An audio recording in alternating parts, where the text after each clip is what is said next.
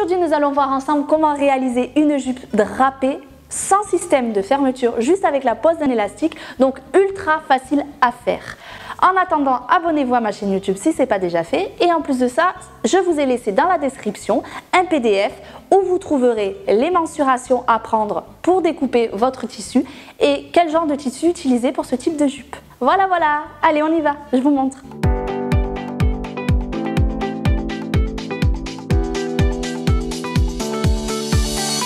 Pour réaliser cette jolie jupe drapée, vous aurez besoin de tissu, d'un élastique, des épingles, d'une paire de ciseaux, d'une aiguille stretch, d'une craie, d'un mètre ruban, d'un réglé et d'une feuille et un stylo.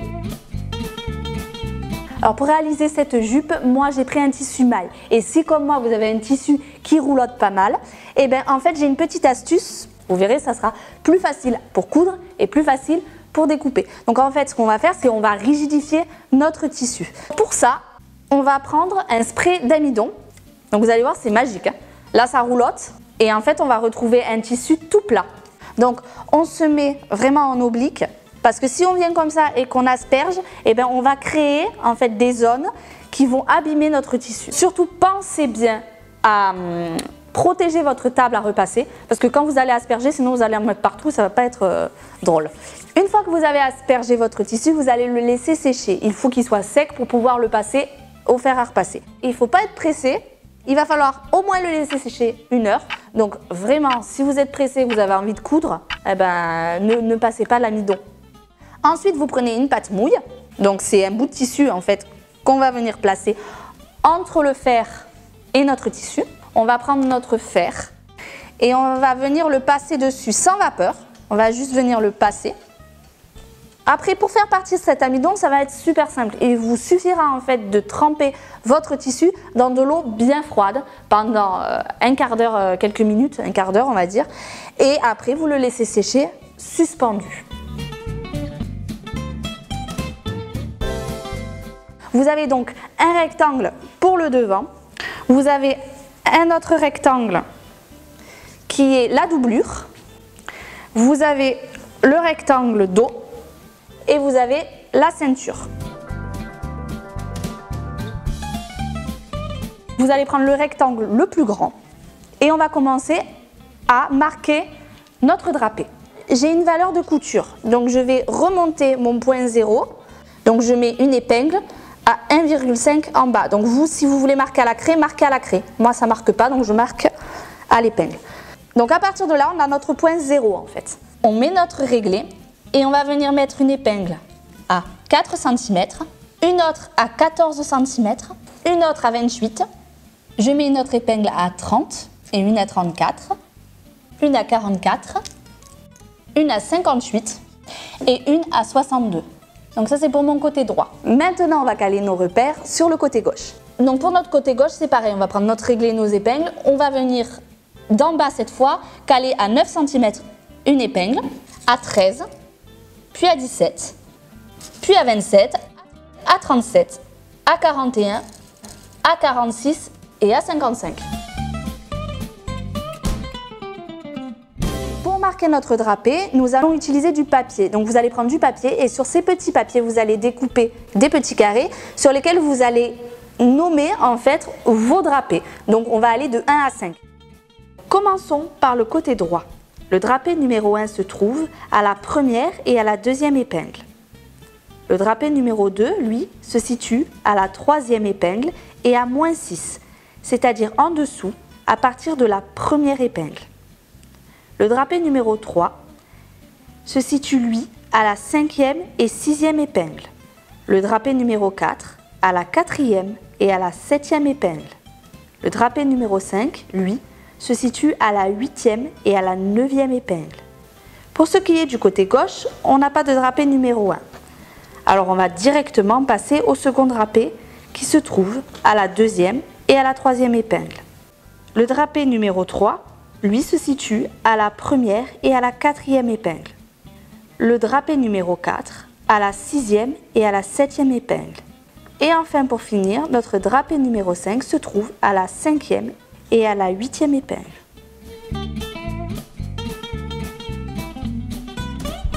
Maintenant, on va venir faire former notre drapé. Donc pour cela, on peut remarquer que sur la gauche, on n'a pas de drapé numéro 1. Donc ça c'est normal, il n'y a pas de souci. Ça commence de 2, ça finit à 5. Sur le côté droit, on aura un drapé numéro 1. Donc on va faire comme ceci. Vous allez enlever vos repères 1 du coup, maintenant, parce que c'est celui-là par lequel on va commencer. On va venir caler notre épingle l'une sur l'autre, comme ceci. Et on va venir le maintenir avec une épingle. Donc on a fait notre premier drapé. Alors notre deuxième drapé sur le côté droit, on n'a qu'un numéro, c'est normal. Parce qu'en fait on va venir prendre notre drapé, notre épingle là, et on va venir la descendre à peu près à -6, -7. Donc pour cela, on va prendre notre réglé et on va venir le caler au creux. On pousse et on va regarder à peu près à 6. Donc moi là je suis à peu près entre 6 et 7. Et je vais venir le caler comme ça. Je vais pareil mettre une épingle. Du coup on va continuer sur la gauche parce qu'on va à notre drapé numéro 2. Donc c'est pareil, on enlève nos repères, juste des chiffres, on garde les épingles surtout. Et on va venir poser en fait l'épingle du haut sur l'épingle du bas. Alors faites bien attention que votre tissu il reste toujours bien droit et qu'il ne soit pas plissé.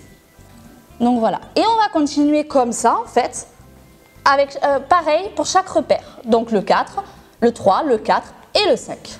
Il est très important quand vous venez former votre drapé de venir poser l'épingle supérieure sur l'épingle inférieure et pas l'inverse. Il faut que votre drapé aille de haut en bas. Après avoir formé notre drapé et l'avoir repassé, on va vérifier nos deux longueurs côté. Alors le côté droit, on doit avoir une mesure de haut en bas de 32 cm. Et sur le côté gauche, comme en fait on a la valeur de couture en bas qui n'a pas été repliée, on doit avoir 1,5 cm de plus que sur le côté droit, soit au total 33,5 cm. Donc pensez bien à vérifier vos deux côtés, qu'elles soient de ces mesures-là, donc le côté droit de 32 cm et le côté gauche de 33,5 cm, sinon il faudra ajuster le drapé. On peut maintenir avec une épingle horizontalement au milieu, au centre, et après on va venir donc du coup fixer notre drapé pour qu'il tienne quand on va porter la jupe sur notre doublure. Pour cela, on va prendre le rectangle le plus aussi large en fait que notre devant. On va venir caler donc endroit contre endroit notre doublure sur notre devant et on va venir épingler. Donc sur le côté droit, rappelez-vous, on a fait un drapé. Donc pour cela en fait, on va retourner, on va enlever l'épingle. Alors faites attention de ne pas enlever votre drapé. Vous enlevez l'épingle qui maintenait et on va venir épingler. On va venir piquer à 1,5 cm en bas. Je vais coudre sur de la maille, donc pour cela il ne faut pas oublier de mettre une aiguille spéciale. Donc moi j'ai pris l'aiguille stretch. Il est également important d'utiliser un point élastique, donc pour cela on va prendre le point stretch ou zigzag ou alors le point overlock.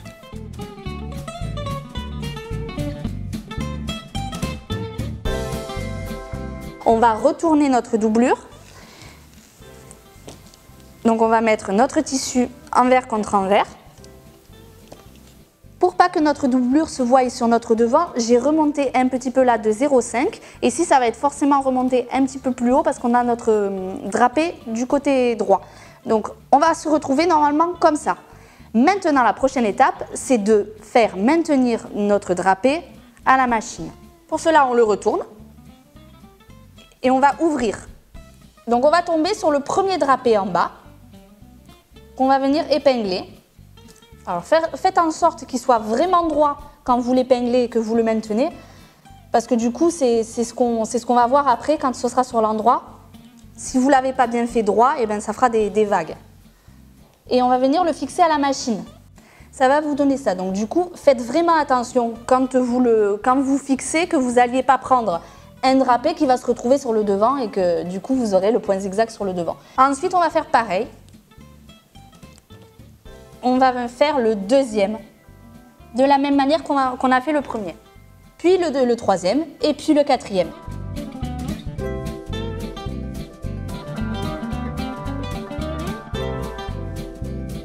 Une fois qu'on a fini de fixer notre drapé, ça donne ça sur l'envers de la jupe.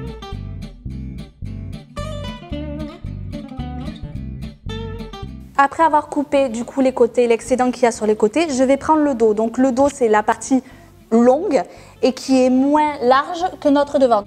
J'ai pris mon dos et je suis venue mettre en sandwich mon devant. Donc du coup, on va se retrouver comme ça. On a le dos qui fait le tour du devant. Et on va venir piquer les côtés à 1 cm du bord. Quand vous cousez, faites attention de prendre toutes les épaisseurs, hein, vraiment. Et de ne pas avoir le bord qui roulotte. Donc après avoir assemblé le premier côté, ce qu'on va faire en fait, c'est qu'on va venir mettre une épingle, pour qu'on soit sûr que ce soit bien droit, à la pliure, en bas, ici, de notre dos. Donc ça veut dire qu'on est sur la même ligne.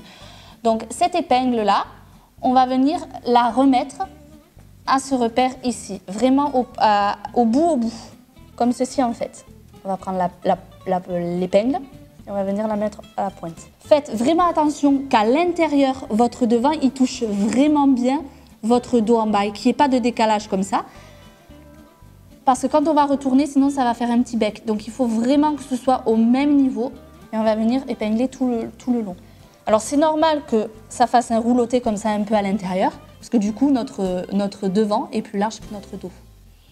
On va venir épingler en haut et après on répartit sur toute la longueur. Donc enlevez les épingles si vous avez laissé des épingles à l'intérieur. Vérifiez que tout soit bien plat, c'est important, sinon ça va faire des plis.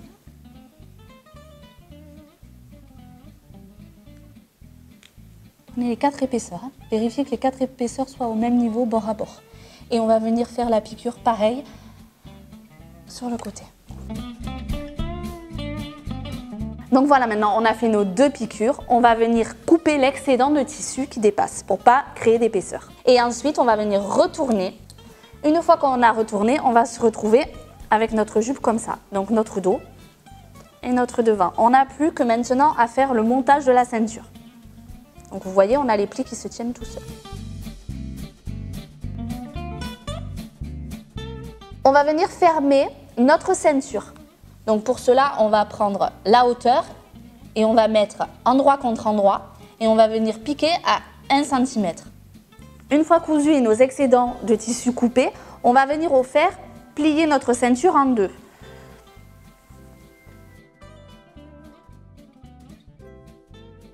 Pour venir caler notre couture au milieu dos, on va venir en fait prendre nos 2 coutures de côté et on va les mettre les unes l'une sur l'autre.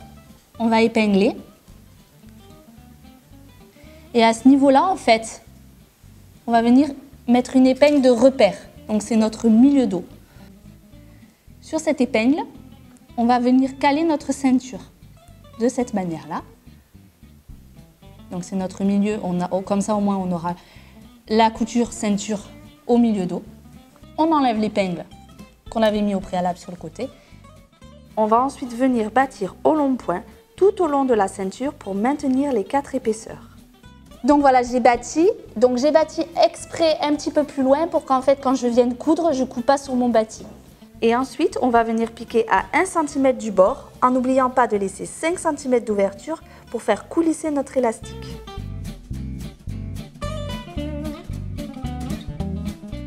Donc du coup, on peut enlever le bâti. Je prends mon élastique taille et je vais venir faire 2 repères, un de chaque côté, pour en fait reconnaître l'endroit de mon élastique. Et du coup, je vais venir l'insérer à l'intérieur de ma ceinture. Donc quand vous insérez votre élastique, faites vraiment attention que l'autre extrémité ne rentre pas. Une fois qu'on a sorti l'élastique, on va venir le mettre. Donc vous avez la croix comme ça et la croix comme ça. Vous allez venir poser cette croix comme ça, de cette manière-là. Et on va venir piquer ici et de l'autre côté pour maintenir. Une fois qu'on a fermé l'élastique, ça nous donne ça. Donc maintenant, on va le coulisser à l'intérieur et on va venir refermer notre couture. Voilà le résultat de notre jupe une fois terminée. Donc ce que vous pouvez faire aussi également, si vous préférez avoir votre ceinture à l'intérieur et qu'elle ne soit pas visible, vous venez la replier comme ça vous pouvez venir faire une piqûre pour maintenir sur les deux côtés. Voilà, c'est terminé, notre tuto sur la jupe drapée est fini. Regardez ce que ça donne.